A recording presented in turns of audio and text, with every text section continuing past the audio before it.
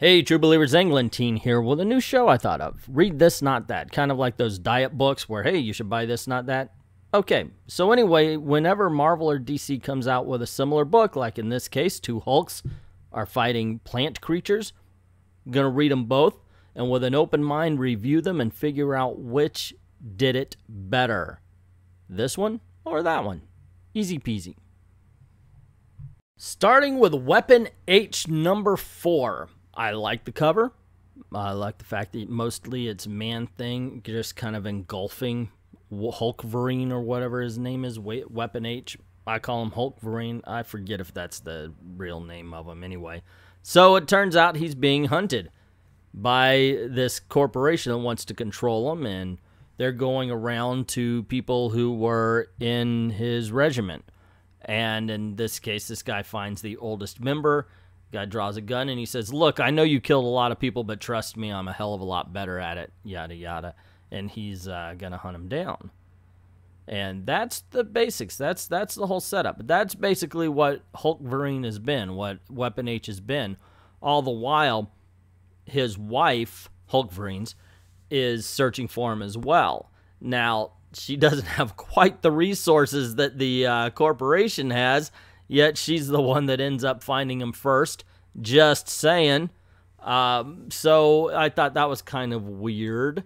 It does give us a little backstory, trying to make us relate to their relationship, and that's good, you know, because if you don't care about the characters, as I've always said, you're not going to care about what happens to the characters. The action doesn't mean anything.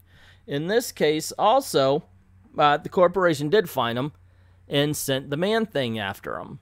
So, okay, cool. We do get the battle that's promised to us on the cover. Now, here's the thing, though. It's not the real Man-Thing. They're saying, that's our Man-Thing, our Man-Thing. And I was like, wait a second, what? They created a Man-Thing. That's what I gathered by the dialogue. They created a Man-Thing. Just for the sheer fact. Oh, God. What, Marvel, what are you doing? Seriously? Okay, and this is the problem I have with Marvel as a company.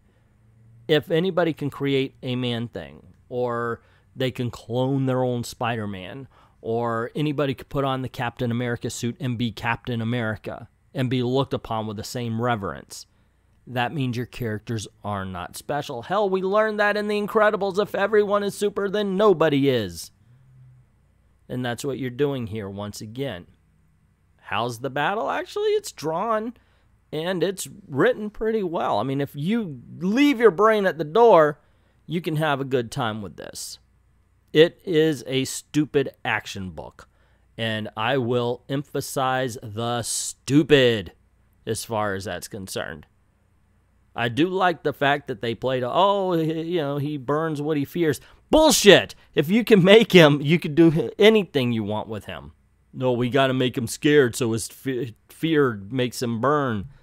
No, you made him. He can do anything. That's a stupid fucking plot point after we discover he is a manufactured Man-Thing. Yet, because that's what the Man-Thing is, that's what they have him do. It's idiotic. It's dumb.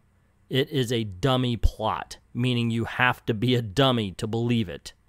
That's not something I made up. That's actually out there. That's a real thing. And in this case, it's very real as far as this book is concerned. On one hand, we get a Hulkverine versus Man-Thing. On the other, it's not real.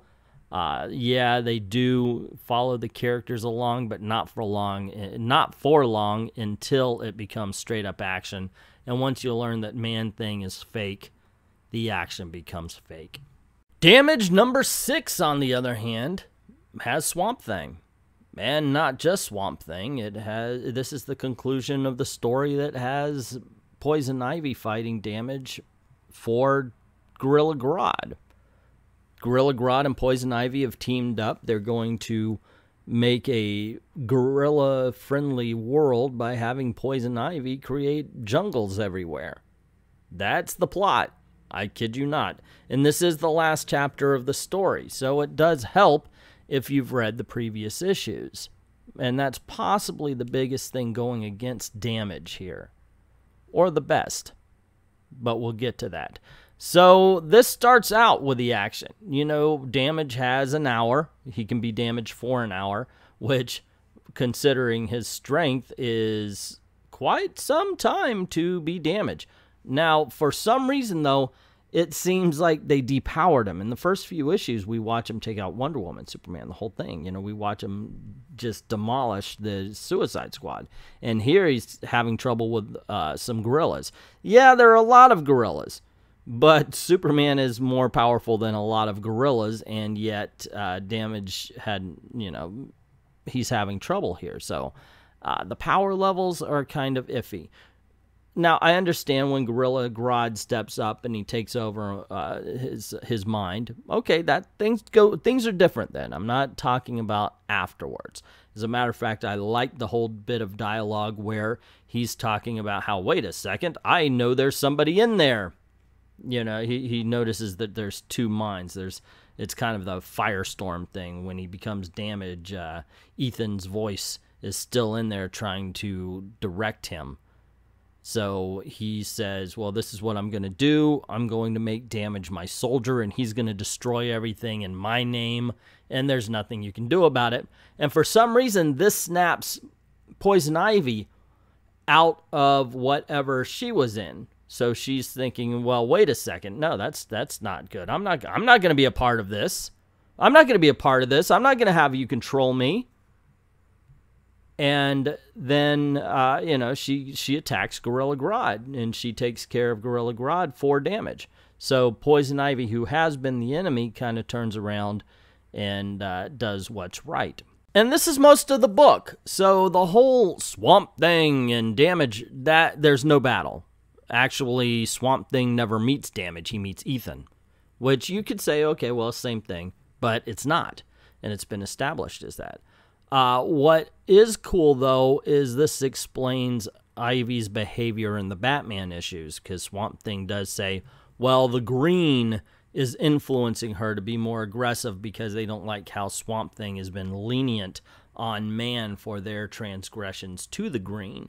Okay, that actually sets up a huge fucking crossover if they do it right, because Earth versus everybody. You know, I mean, it's the old Captain Marvel story that I did a review for patrons about the Captain Marvel greatest stories told. Anyway, so the cover actually does not promise us a battle between Damage and the Swamp Thing, so I'm not disappointed in that. However, they do give them cover billing, so it does seem like Swamp Thing is going to be a bigger deal in the book than he actually is, because he really just shows up and he says, well, this is what was really going on. Sorry I couldn't help, but the Green didn't even tell me this was happening, and I kind of think that is a bit of a fail. So, which deserves your money? Which one should you read instead of that? Which one is this and not that?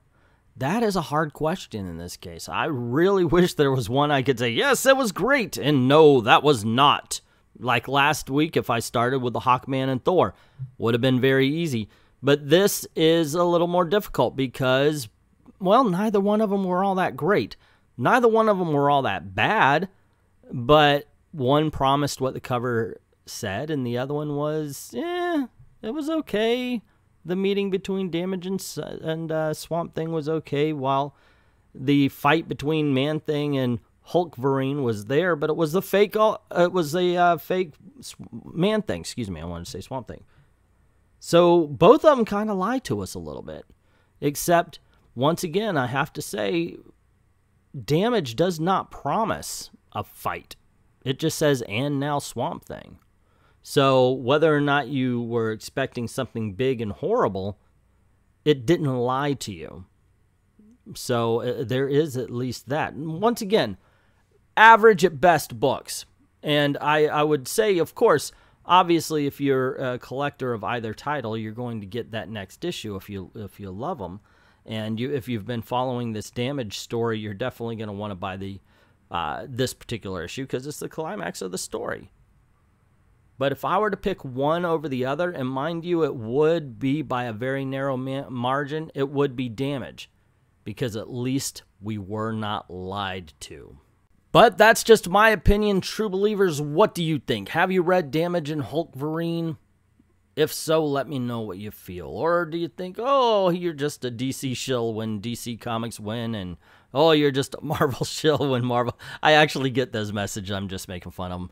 Anyway, let me know what you think even of this concept. Even if you want me to do back issues or back issue stories or anything, by all means, let me know in the comments below.